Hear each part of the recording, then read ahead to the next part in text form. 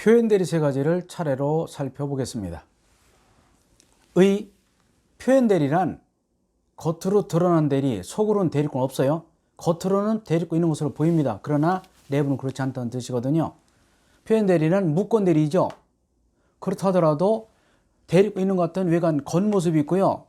그 본인에게 책임 일부가 있습니다. 대리권이 없는데 있는 것처럼 보이고 상대방이 믿게 만들었습니다. 누가? 본인이. 그러면 본인에게 책임을 묻는 제도다.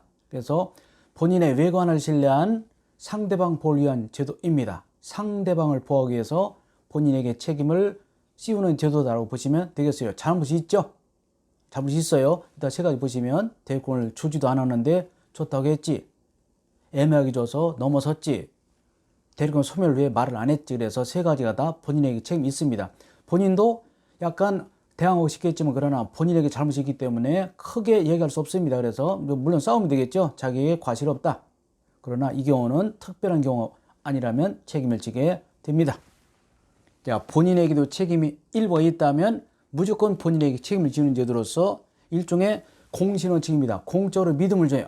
공신, 믿음을 주는 제도다. 그래서 겉으로 보기에는 대리권 이런 것처럼 보여. 사실은 없다 하더라도 본인이 있는 것처럼 보이는 데 대해서 다시 말해서 외관에 대해서 책임이 있다면 책임을 지는 제도다라고 보시면 되겠고요. 판례를 하나 보시겠습니다.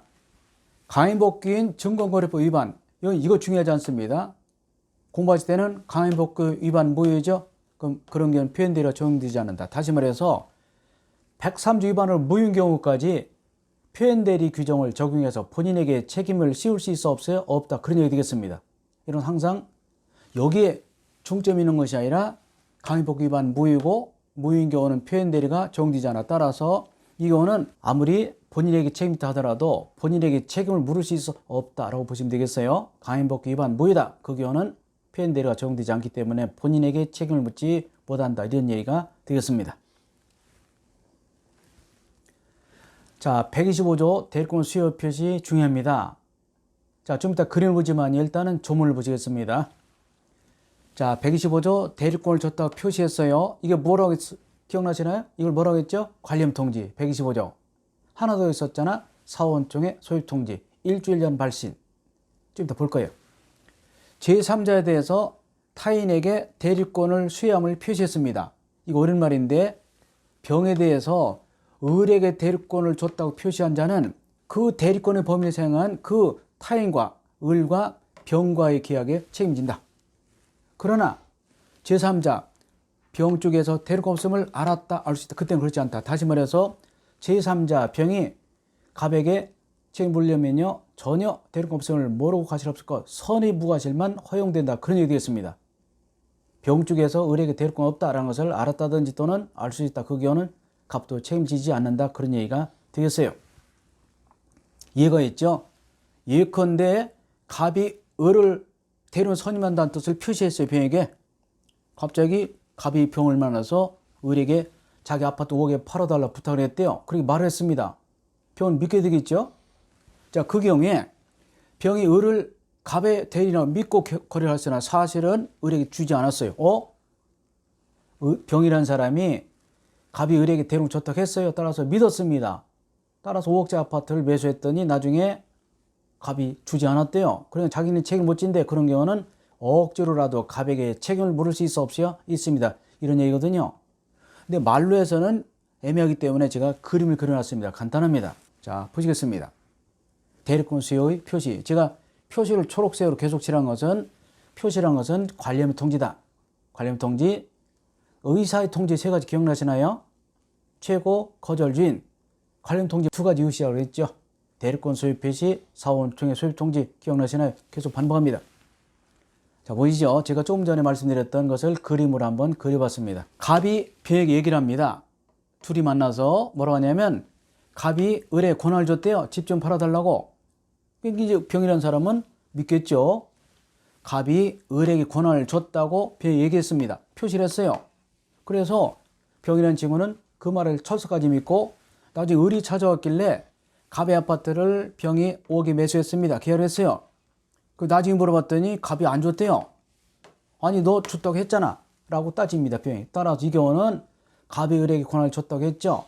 병이 그것을 믿었죠? 믿었기 때문에 이 경우는 나중에 병은 갑에게 책임을 물을 수 있습니다. 원래 대리권은 수권이 필요하죠? 근데 수권이 없었어요? 없었다 하더라도 갑이 이미 을에게 권한을 줬다고 표시했기 때문에 그것을 믿은 선의 무과실 상대방은 보호받죠. 이것이 125조의 표현대리가 되겠습니다. 아셨나요? 어렵지 않죠? 우리가 생각하시기에도 충분히 갑이라는 사람은 병으로부터 책임을 추궁당할 만한 이유가 있잖아요. 그죠? 이것이 바로 125조의 표현대리입니다. 즉 대리권 수여의 표시를 하였으나 사실을 주지 않았다. 문제는 그 표시를 믿은 병을 부각해서 병 쪽에서 대리권이 을에게 수여되지 않았음을 전혀 몰랐다. 그 경우는 갑에게 책임을 묻는 제도가 바로 125조의 표현대리 제도이다라고 보시면 되겠습니다. 자, 구체적인 요건을 보시도록 하겠습니다.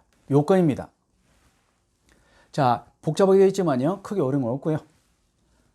이번에 기억, 본인이 누구죠? 갑이 제3자표에게 대리권 수여를 표시하였을 것. 제3자에게. 그러니까 본인이 을에게 대리권 줬다고 제3자에게 대리권 수여의 뜻을 표시했습니다. 이 표시가 관림통지이고요. 간단하죠? 대리권 수여의 표시는 관림통지다. 대리권 수여는 뭐라 했습니까? 수권의 걔는 단독행위죠. 대리권 수여 행위는 단독행위고 대리권 수여 표시가 바로 관림통지다. 줬다고 표시했어요. 표시 방법 제한이 있고요. 서면 구도 상대방은 누구랑 상관없고요. 무권 대리인이 을이라는 사람이 표시된 대리권 범위인데, 네, 표시된 대리권 범위네. 다시 말해서 집을 팔아달라 그러면 집을 팔러 와야 되고 땅을 사달라 그러면 땅을 사러 와야 돼요. 너무 많은데요.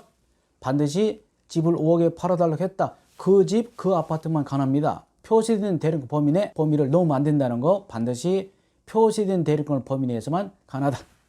그리고 통지받은 그 병과 해야 돼. 병으로부터 또 매수한자는 안 돼요. 왜냐하면 무한정 상대방을 넓혀야 되면요. 본인 책임이 너무 커져서 안 됩니다. 따라서 본인의 책임도 있지만 그러나 본인을 어느 정도는 보호해야 되기 때문에 이 경우는 자 통지를 받은 직접 상대방 병과 해야 되지. 병으로부터 전득한 자는 상대방이 되지 않습니다. 중요하다. 통지를 받은 직접 상대방의 계약을 해야 되고요. 그리고 상대방 쪽에서는 누구죠? 병 쪽에서는 대리권 없음을 전혀 몰랐어야 돼요. 알면 안 돼요. 왜냐하면 이 경우는 본인에게 책임이 조금 있어. 그래도 대리권 주지 않았잖아요. 그 경우에 억지로 갑에게 책임을 지우는 제도이기 때문에 갑을 어느 정도 보여야 돼요. 따라서 병 쪽에서 대리권 없음을 알았다, 알 수 있다. 그때는 안 돼요. 전혀 몰랐건만 보호받습니다. 병은 대리권 없음을 전혀 몰랐다. 선의무과시다. 더 중요한 것이 바로 적용범위인데 이 125조의 표현대리는 법정대리, 종되지 않냐, 오로지 임의대리만 유효됨이 되거든요. 유효 방법 간단해요. 우리가 기초가 되신 분이라면 이거 뭐라고 했으면 대리권 수요가 뭐라 했죠? 수권행위. 얘는 어디만 나와? 임의대리만 나오잖아. 법정대리는 수권행위는 말이 있어 없어요? 없잖아요. 그래서 125조는 임의대리만 적용된다. 이유는 대리권 수요가 수권행위고 표시는 관림통지였죠. 그러나 대리권 수요가 수권행위로서 단독행위다. 법률행위죠. 따라서 수권행위는 임의대리만 나오잖아.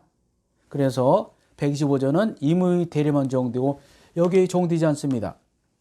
이어서 배울 116조의 월권대리하고 129조의 대리권 소멸의 표현대리는 임의대리, 법정대리 다 적용돼요. 중요하잖아요. 얘만 중요합니다. 125조는 임의대리에만 적용되고 법정대리 적용되지 않는다. 중요합니다. 나눠질 때는 대리권 수요가 수권행위고 수권행위는 임의대리에서 쓰는 개념이었잖아요. 그래서 그렇습니다. 대리권 수요가 수권행위고 수권행위는 임의대리에서만 쓰는 개념이기 때문에 125조는 임의대리에만 적용되고 법정대리에 적용되지 않습니다. 아셨죠? 간단하게 읽으시면 됩니다. 굉장히 중요한 개념이다 말씀드리고요.